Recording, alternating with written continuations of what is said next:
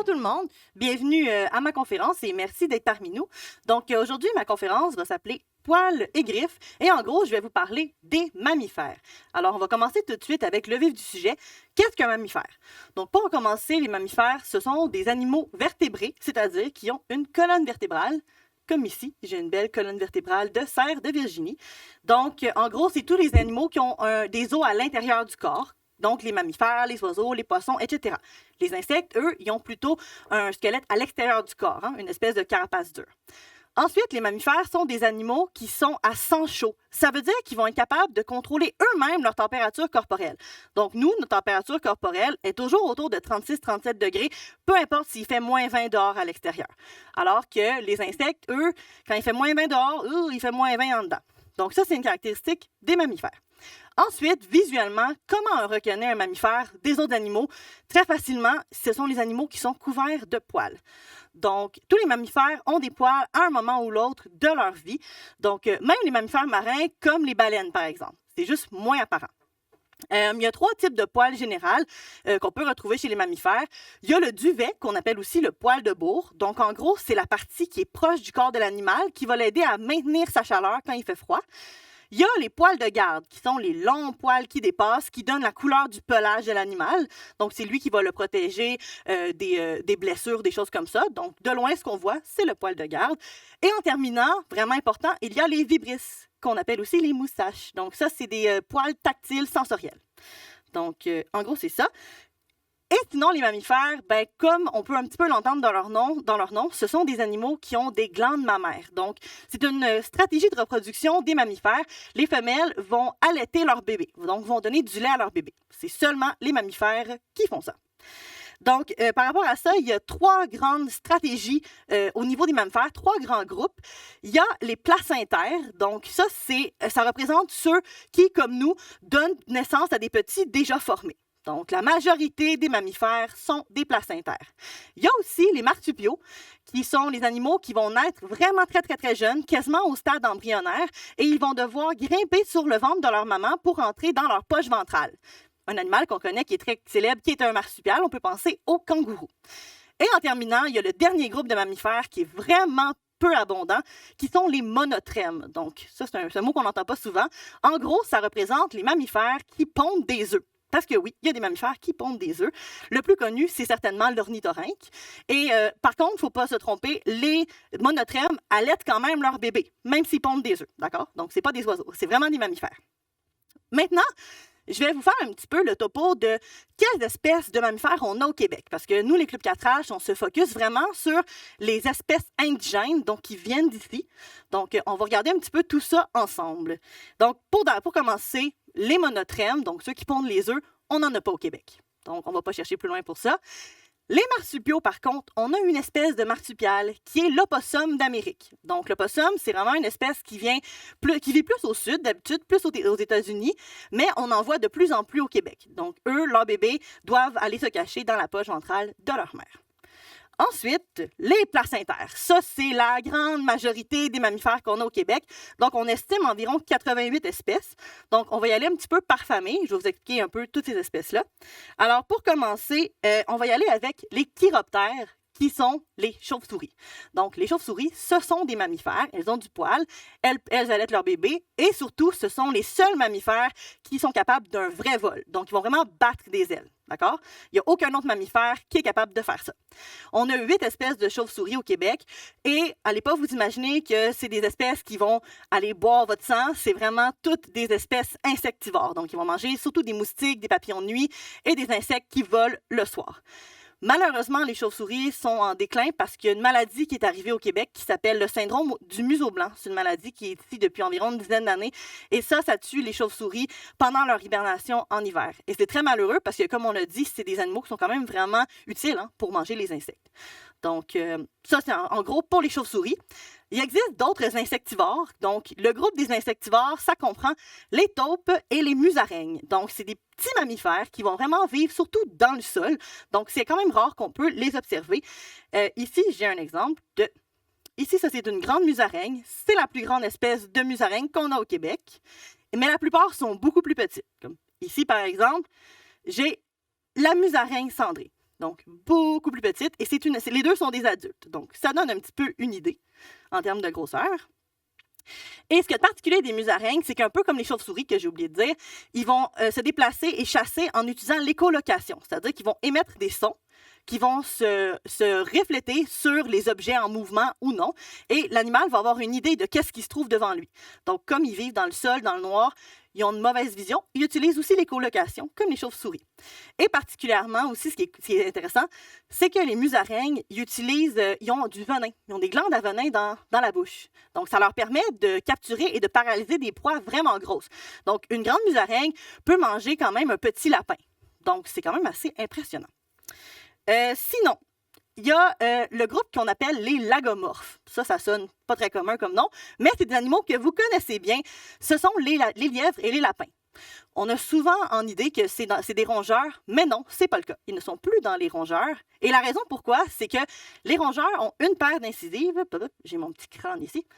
Donc ici, on a un crâne de castor. Donc, on voit qu'ils ont une paire d'incisives en avant ici, mais les lagomorphes, comme les lièvres et les lapins, en ont une toute petite derrière les grosses qu'on voit en avant. Donc, ça, c'est ce qui les distingue des rongeurs. Au Québec, on a 3 espèces de lagomorphes. On a le lapin à queue blanche dans le sud du Québec, qui, lui, il reste brun toute l'année. Mais on a le lièvre d'Amérique et le lièvre arctique, plus au nord, qui, eux, vont devenir blancs en hiver. Donc, ça leur procure un bon camouflage. Sinon, les rongeurs, ça, c'est une grosse famille. On a environ, si je ne me trompe pas, 22 espèces de rongeurs au Québec. Une famille assez connue, c'est les écureuils. Mais les écureuils, c'est pas seulement l'écureuil gris ou l'écureuil roux. Donc ici, j'ai justement une queue d'écureuil roux et une queue d'écureuil gris, qui est noire, en fait, parce que l'écureuil noir, c'est la même espèce. Et d'ailleurs, il est indigène du Québec. C'est pas une espèce européenne, c'est vraiment un écureuil d'ici, donc qui n'est pas un danger pour nos écosystèmes. Il y a aussi les 2 espèces de tamias, qu'on appelle aussi les Suisses, donc le tamia rayé, et moins connu, le tamia mineur, qui est plus dans l'ouest du Québec. Et il y a aussi des écureuils volants. Encore là, on dit écureuils volants, mais tantôt, je vous ai dit, les seuls capables de vraiment voler sont les chauves-souris. Donc, en fait, c'est plutôt des écureuils qui sont capables de planer avec une espèce de membrane qui s'ouvre entre leurs pattes. On les appelle les polatouches. On a 2 espèces de polatouches au Québec, le petit et le grand polatouche. Dernier écureuil, et non le moindre, la marmotte. Et oui, la marmotte, c'est bien un écureuil. C'est un écureuil terrestre qui vit dans le sol. Et c'est quand même beaucoup plus gros que les autres écureuils. Sinon, il y a une famille qui comporte plusieurs espèces de souris de campagnols, qu'on appelle aussi les mulots. D'ailleurs, j'en ai ici, c'est vrai. Donc, ici, j'ai une petite souris, une grosse souris quand même, et un petit campagnol. Donc, ce sont 2 mammifères, 2 rongeurs. On a aussi des lemmings qui sont plus dans le nord, des campagnols lemmings, et il y a le rat musqué qui fait également partie de cette famille-là. Donc, lui, qu'on le trouve beaucoup plus souvent dans l'eau. On a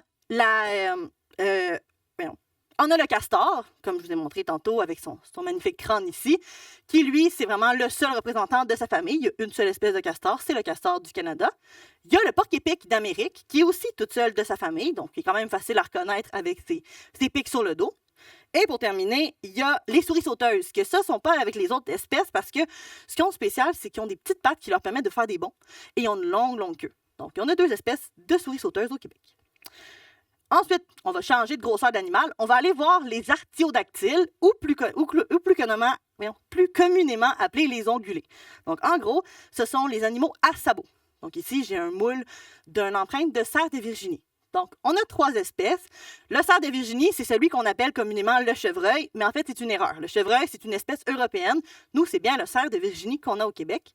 Il y a aussi l'orignal et le caribou, qui est quand même assez connu, mais que peu de gens ont la chance d'observer parce qu'il vit vraiment plus dans le nord du Québec. Maintenant, on va aller voir d'autres animaux, mais des carnivores cette fois-ci. Donc, parmi les carnivores terrestres, on a quand même environ 20 espèces au Québec.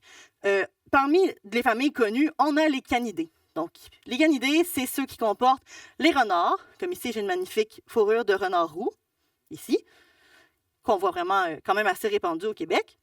Le coyote, ici, j'ai une grande fourrure de coyote. Et il y a aussi le loup gris qui rentre dans la famille des canidés. On a aussi des représentants de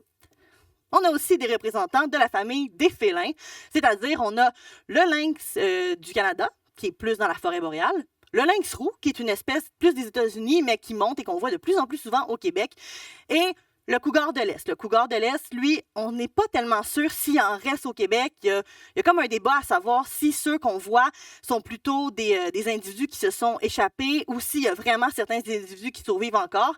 Mais dans tous les cas, il y a déjà eu, du moins, des cougars de l'Est au Québec. Autre famille, il y a les ours. Hein? On a 2 espèces d'ours, donc l'ours noir et l'ours blanc, l'ours polaire qui est dans le Grand Nord québécois, que lui aussi, on a peu souvent l'occasion d'observer. Il y a le raton laveur qui est tout seul de sa famille. Donc, ça, c'est vraiment une espèce à part. La moufette aussi. La moufette, avant, était classée avec les mustélidés, que je vais vous parler après. Mais maintenant, elle est tout seule de sa famille, donc la moufette rayée qu'on connaît. Et la dernière famille, c'est les mustélidés. Donc, ça, c'est... Ah, j'ai pas d'échantillon. Les mustélidés, c'est tous les petits carnivores qui sont faits sur le long. Donc, on peut penser à l'hermine, aux belettes, au vison, à la loutre, au pécan et à la martre. Donc, le pécan et la martre, c'est quand même des mammifères plus gros qui vont vivre dans les arbres, sont vraiment très forestiers, arboricoles. Mais si on pense au vison ou à la loutre, eux sont beaucoup plus semi-aquatiques. Donc, vraiment, il y en a dans différents habitats. Maintenant, on va laisser de côté tout ce qui est terrestre et on va aller voir nos 2 derniers groupes de mammifères québécois. On va y aller pour commencer avec les pinnipèdes. Donc, les pinnipèdes, en gros, ce sont les phoques, les otaries et les morses. Donc, au Québec, on n'a pas d'otaries. Par contre, on a le morse. Donc, il y en a une seule espèce. C'est bien celui qui a les grandes défenses en avant. Et on a quelques espèces de phoques. Je vais vérifier mes notes pour être sûre de ne pas me tromper. On a... Mon Dieu, mon papier est pâle. On a 6 espèces de phoques. Donc, pinnipède, en fait, ce que ça veut dire, c'est pattes en forme de nageoire. Donc, les phoques vont vraiment se retrouver plus où est-ce que l'eau salée, il y en a qui vont vivre sur les banquises et tout ça. Et en terminant, les cétacés, ce sont les dauphins et les baleines. Donc, il existe 2 grands groupes de baleines. Il y a les odontocètes, qui sont les baleines à dents. Donc, là-dedans, ils rentrent les cachalots, les dauphins et les épaulards, par exemple. Et il y a les mysticètes, qui sont les grandes baleines avec des fanons. Donc, par exemple, la baleine à bosse, la baleine bleue, eux, ce sont des mysticètes. Donc, on a quand même 17 espèces de mammifères marins qu'on peut voir à partir du Québec ou dans les eaux proches. Donc, il y en a certains qui vont s'aventurer jusque dans l'estuaire du fleuve, d'autres qu'on va vraiment voir plus au niveau du golfe. Et il y en a certains, comme le narval, qui, lui, va être plutôt au nord de la baie d'Hudson, plus dans les eaux arctiques. Donc, en gros, c'est un peu ce qui fait le portrait global des mammifères du Québec. Maintenant, je vais vous donner quelques conseils d'observation si vous voulez les voir. Parce que les mammifères, c'est des animaux qui sont appréciés des gens, c'est des animaux qui sont beaucoup représentés, mais que peu de gens, au final, ont la chance de voir en milieu naturel. Si ce n'est pas dans les zoos, c'est plus difficile à les observer. Donc, pourquoi? Tout d'abord, les mammifères, ils vont avoir des sens très affinés. Donc, ils vont être capables de facilement nous détecter à l'odeur ou encore nous entendre. Donc, soyez pas tristes. Si vous allez en randonnée et que vous voyez aucun mammifère, ça ne veut pas dire qu'eux vous ont pas vu. Moi, c'est ce que je me dis pour pas être triste quand je vois rien dans mes sorties. Donc, je vais commencer par vous donner quelques petits conseils pour les mammifères terrestres. Donc, ce qui est important de savoir, c'est que la majorité des mammifères sont soit crépusculaires ou nocturnes. Donc, vous devez sortir soit très, très tôt le matin à l'aube, soit à la brunante le soir et même de nuit. Donc, il faut changer un petit peu vos habitudes. Même chose, les soirs de pluie, qui ne sont pas très intéressantes pour des randonnées en forêt, c'est bien pratique par contre pour les petits mammifères parce que quand il y a beaucoup d'eau, leurs galeries souterraines vont s'inonder temporairement. Donc, eux, pour éviter de se noyer, ils vont sortir à la surface du sol. Donc, ils vont devenir beaucoup plus visibles. Donc, ça peut être intéressant de sortir quand il pleut. Sinon, n'oubliez pas de vous promener dans une diversité d'habitats parce que c'est pas tous les mammifères qui vont vivre au même endroit que d'autres. Tantôt, j'ai donné l'exemple, les pécans, ça vit dans les arbres, dans les forêts, tandis que la loutre de rivière, elle vit dans les lacs, les rivières et les milieux humides quand même assez grands. Donc, ça, c'est vrai pour n'importe quelle espèce que vous l'observez, même si ce n'est pas des mammifères. Plus vous allez vous promener et visiter des habitats différents dans des régions différentes, plus vous allez voir une diversité d'espèces. Donc, n'hésitez pas à vous promener. Petit conseil aussi, évitez de porter du parfum ou des déodorants très parfumés parce qu'ils vont rapidement vous détecter. Et essayez de porter des vêtements qui vont être plus en harmonie avec la nature, donc plus camouflage, sauf pendant la période de la chasse où là, c'est important quand même d'avoir des couleurs qui sont voyantes parce qu'on ne veut pas qu'arrive un accident avec un chasseur. Et même si jamais vous ne pouvez pas observer de mammifères directement, parce que comme on a dit, c'est difficile, ça ne veut pas dire que vous ne pouvez pas observer tout un tas d'autres choses qui vous permettent de savoir qu'ils sont là. Donc, il existe des traces, des indices de présence animale qui sont vraiment intéressantes. Donc, vous pouvez observer des empreintes. Donc, tantôt, j'en ai montré une. Quand on voit ça ici par terre, on peut dire « Ah, ça, c'est probablement un canidé. Celui-là ici, c'est le loup gris. » Donc, observer les empreintes dans la boue, dans la neige, dans le sable, ça peut être quelque chose d'intéressant. On peut aussi trouver des restes alimentaires comme des noix qui ont été grugées, par exemple. On peut trouver je vais regarder mes notes. Ah oui, les terriers, des chants aussi. Il y a des mammifères qui vont qui vont quand même communiquer vocalement. Donc, des fois, c'est bien de regarder avec nos yeux, mais en nature, c'est important d'apprendre à écouter l'environnement aussi. Donc, ça peut nous permettre de détecter des mammifères. Il y en a aussi qui vont gratter, par exemple, l'écorce. Des fois, on peut voir des traces d'ours noirs qui ont grimpé dans les arbres parce qu'on va voir les marques de leurs griffes sur l'écorce. On peut voir aussi des excréments. Donc, tout ça, c'est des indices que ces animaux-là ont été là. Et bien sûr, ça se peut que vous trouviez aussi des animaux morts. C'est sûr que c'est plus triste, on préfère les voir vivants, mais au moins, ça vous donne une idée que cette espèce est présente sur le territoire. Donc, c'est quand même une information intéressante. Donc, en gros, c'est ce qui fait à peu près le tour pour les mammifères terrestres. Maintenant, les mammifères marins, vous vous doutez que c'est complètement différent comme observation. Donc, ça implique d'aller où il y a de l'eau salée ou de l'eau du moins saumâtre. Donc, il faut aller tout le tour du Québec. Donc, il faut vraiment s'éloigner un petit peu plus, dépendant on est situé où. Il y a plusieurs options qui s'offrent à vous. Il existe des randonnées guidées que vous pouvez, dans le fond, que vous pouvez acheter. Vous pouvez être amené en bateau. Souvent, c'est des biologistes ou des naturalistes qui vont guider l'excursion. Et l'avantage de ça, c'est qu'eux vont vous donner plein d'informations sur les mammifères que vous pourriez voir, puis ils vont vous aider à les repérer, parce que c'est pas facile de repérer un beluga entre deux vagues qui se cassent puis qui deviennent blanches, ou encore de repérer des phoques au loin qui sont immobiles sur des rochers. Donc ça peut être intéressant pour ça. Sinon, si vous avez vous-même une embarcation ou que vous voulez louer un bateau, vous pouvez aller librement explorer le milieu. Par contre, faites attention à la réglementation. Il y a des distances qu'on doit respecter de ne pas s'approcher des mammifères marins pour ne pas perturber leurs activités. Et sinon, ce qui est plus accessible encore, c'est de faire de l'observation à partir du rivage. Donc, ça va vous prendre par contre un petit peu d'équipement. Donc, au minimum des jumelles, comme pour observer les oiseaux. Mais encore mieux, on peut utiliser sinon une lunette d'approche. Donc, qui est comme un peu une espèce de télescope qui va permettre de zoomer de quand même loin pour être capable de voir de plus proche. Puis c'est important aussi, si vous êtes capable de vous situer sur un point qui est plus élevé. Comme ça va vous permettre de voir les mammifères de plus loin. Donc, vous allez pouvoir avoir une meilleure vue sur l'ensemble de l'eau. Donc, faire de plus belles observations possiblement. Il y a aussi, c'est important de savoir, il y a des moments qui sont mieux pour observer les mammifères marins. Les phoques, il y a des moments où est-ce qu'ils vont, en été, où est-ce qu'ils vont s'attrouper sur terre en grand rassemblement. Il y a des moments où c'est en hiver sur la banquise, sur les glaces qui flottent. Donc, c'est sûr que les phoques, c'est un petit peu moins important, mais par contre, pour ce qui est des baleines, la saison où est-ce qu'on les voit vraiment au Québec, c'est entre juin et septembre. Donc, ça correspond au moment où ils migrent, parce que la plupart des baleines ne vivent pas en permanence ici. En fait, la seule espèce de baleine qui est vraiment indigène, qui est vraiment constamment au Québec, c'est le beluga. Donc, le beluga, lui, il a une population qui est permanente dans le fleuve Saint-Laurent. Donc, si on devait choisir une baleine qui était vraiment typique du Québec, ça serait le beluga. Sinon, voilà, donc pour l'observation des mammifères marins et terrestres, je peux vous suggérer quelques guides d'identification parce que c'est bien d'aller sur le terrain, de se préparer, mais c'est encore plus fun si on est capable de reconnaître ce qu'on a observé. Chez les mammifères, c'est pas toujours facile de les reconnaître. Souvent, on les voit rapidement. Souvent, ils vont se ressembler. Je veux dire, entre les différentes espèces de musaraignes, parfois, il faut l'avoir dans les mains pour être capable d'identifier pleinement. Si vous avez un appareil photo, ça peut permettre d'aider beaucoup à l'identification. Donc, vous prenez une photo, puis c'est pas le temps, sur le coup, de regarder la photo. Vous devez essayer d'en prendre pendant que vous voyez l'animal, puis vous concentrer sur tous les critères que vous voyez. Et rendu chez vous, là, vous pourrez analyser les photos. Parce que c'est souvent une erreur qu'on fait. Au début, on est tellement excité qu'on regarde sur le coup, puis on manque tous les moments d'observer l'animal dans son environnement. Donc, ça, c'est après qu'on fait ça. Mais c'est important d'avoir des bons guides pour nous accompagner, des bons outils. Donc, il y a ces deux guides ici. Donc, lui qui comprend les mammifères marins et les mammifères terrestres. Donc, lui, c'est probablement le plus complet. Il y a vraiment beaucoup d'informations, autant sur de quoi l'espèce solaire, où est-ce qu'il vit, qu'est-ce qu'il mange, c'est quoi le statut de ses populations, etc. Donc, ça, c'est vraiment un guide qui est très, très, très bien. Il y a celui-là aussi qui est bien, qui est un petit peu plus vieux, mais qui est intéressant aussi. Lui, par contre, je crois qu'il n'y a pas... Ah oui, il y a aussi les mammifères marins. OK, je ne savais pas. Donc, lui aussi, il y a les mammifères marins.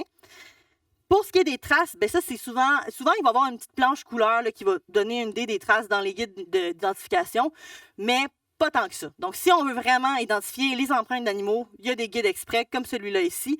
Donc, c'est quand même tout un art. Hein? Le pistage, puis être capable de reconnaître les traces, c'est pas facile. Donc, ici, il y a quand même beaucoup d'informations selon si la neige est épaisse ou est mince, si jamais c'est sur le sable, sur la boue. Les empreintes des animaux ne s'impriment pas de la même façon. Donc, ça va vraiment être intéressant d'avoir un guide pour ça. Là, on parle vraiment pour les gens qui ont envie de s'investir dans l'observation de mammifères. Puis, pour ce qui est des mammifères marins, là, il existe plusieurs livres sur les baleines. Là, j'en ai amené juste un ici que lui, il y a une version comme plus épaisse, vraiment un guide. Mais là, j'ai amené juste la version qui est plus pratique à amener sur le terrain. Donc, qui donne des images vraiment des espèces qu'on peut observer. Donc, voilà. Puis, il y en a aussi un petit sur les pinnipèdes. Donc, on se rappelle que c'est les phoques. Donc, ça aussi, c'est vraiment un guide terrain, celui-là. Là. Il y a des pages cartonnées. C'est vraiment fait pour amener en bateau avec nous. Donc, voilà pour ça. Donc, en gros, c'est un petit peu les informations que j'avais à vous donner aujourd'hui. Par contre, je peux peut-être présenter un petit peu de matériel d'ici là, parce que je pense qu'on a un petit peu de temps avant la période de questions. Parfait. Donc, en plus de ce que je vous avais montré, ici, la petite souris tantôt que je vous ai montrée rapidement, ce qu'il y a de spécial avec elle, je vais vous donner un petit peu plus d'informations, celle qu'on voit le plus souvent au Québec, c'est la souris sylvestre. Par contre, celle-là ici, je crois, mais je ne suis pas certaine, que c'est une souris à pattes blanches. Donc, la souris à pattes blanches, c'est elle qu'on entend un petit peu parler parce que ce serait elle qui aurait, entre autres, propagé la maladie de Lyme ici au Québec. Mais c'est une espèce qui est quand même considérée comme indigène. C'est juste qu'elle était plus présente aux États-Unis. Mais c'est difficile à les observer. Il faut d'habitude pouvoir faire une analyse ADN pour être certain de l'espèce. Mais moi, j'ai regardé les critères et elle semble correspondre à une souris à pattes blanches. Donc, je trouve ça intéressant parce que toutes les autres que j'ai trouvées, c'est des souris sylvestres. Et un des critères, c'est que sa queue est quand même beaucoup plus courte que son corps. Si je ne me trompe pas, c'est ça. Et surtout, sa queue n'est pas nettement bicolore. Ça, c'est le caractéristique qu'on dit dans les guides. La souris sylvestre, sa queue sur le dessus, elle est foncée. Et puis, ça fait comme une coupure nette et tout le dessous est pâle. Donc, c'est quand même vraiment apparent d'habitude. Là, je n'ai pas amené de souris sylvestre avec moi, mais c'est quand même très apparent. Tandis qu'ici, sa queue semble être la même couleur tout le tour. Mais encore là, comme je dis, sans test d'ADN, je ne pourrai jamais confirmer que c'est bien une souris à pattes blanches, mais les critères morphologiques semblent me faire penser que c'en est une. Donc, ça, c'était pour ma petite souris sylvestre. Sinon, ici, j'ai... ça ici, c'est une patte de lapin à queue blanche. Donc, dans le sud du Québec, on voit beaucoup plus souvent le lapin à queue blanche que le lièvre d'Amérique, alors que dans le reste du Québec, le lièvre est plus commun. Donc, le lapin, on peut voir que son pied il est quand même étroit. Tandis que le lièvre, lui, il va avoir les pieds vraiment, vraiment plus larges. Donc ça, c'est une caractéristique qui est commune, qui est vraiment précise du lièvre du lièvre d'Amérique en général, c'est qu'il va avoir des pieds larges pour être capable de bien marcher dans la neige. Tandis que le lapin à queue blanche, lui, qui vit plus au sud, il y a généralement beaucoup moins épais de neige que dans l'habitat du lièvre d'Amérique. Ses pieds n'ont pas du tout la même morphologie. Donc, ils ont vraiment des tout petites pattes, toutes étroites. Et ça ici, c'est la petite queue. Donc, le lapin à queue blanche, c'est vraiment parce que sa queue est très blanche. Donc, je trouvais ça quand même mignon et je vous l'ai montré. Comme ça ici. Et qu'est-ce que j'ai amené d'autre? Ah oui. Donc, tantôt, je vous ai parlé juste rapidement je vous ai présenté cette queue d'écureuil, puis je vous ai dit rapidement que c'était un écureuil noir, mais que c'était la même espèce que l'écureuil gris. C'est souvent quelque chose qu'on entend, que les gens, ils pensent que c'est une espèce différente, mais en fait, c'est vraiment le même écureuil. C'est juste une question de coloration. Donc, autant chez les écureuils que chez des oiseaux, par exemple, parfois, il y a des individus qui vont avoir un plumage ou un pelage d'une autre couleur.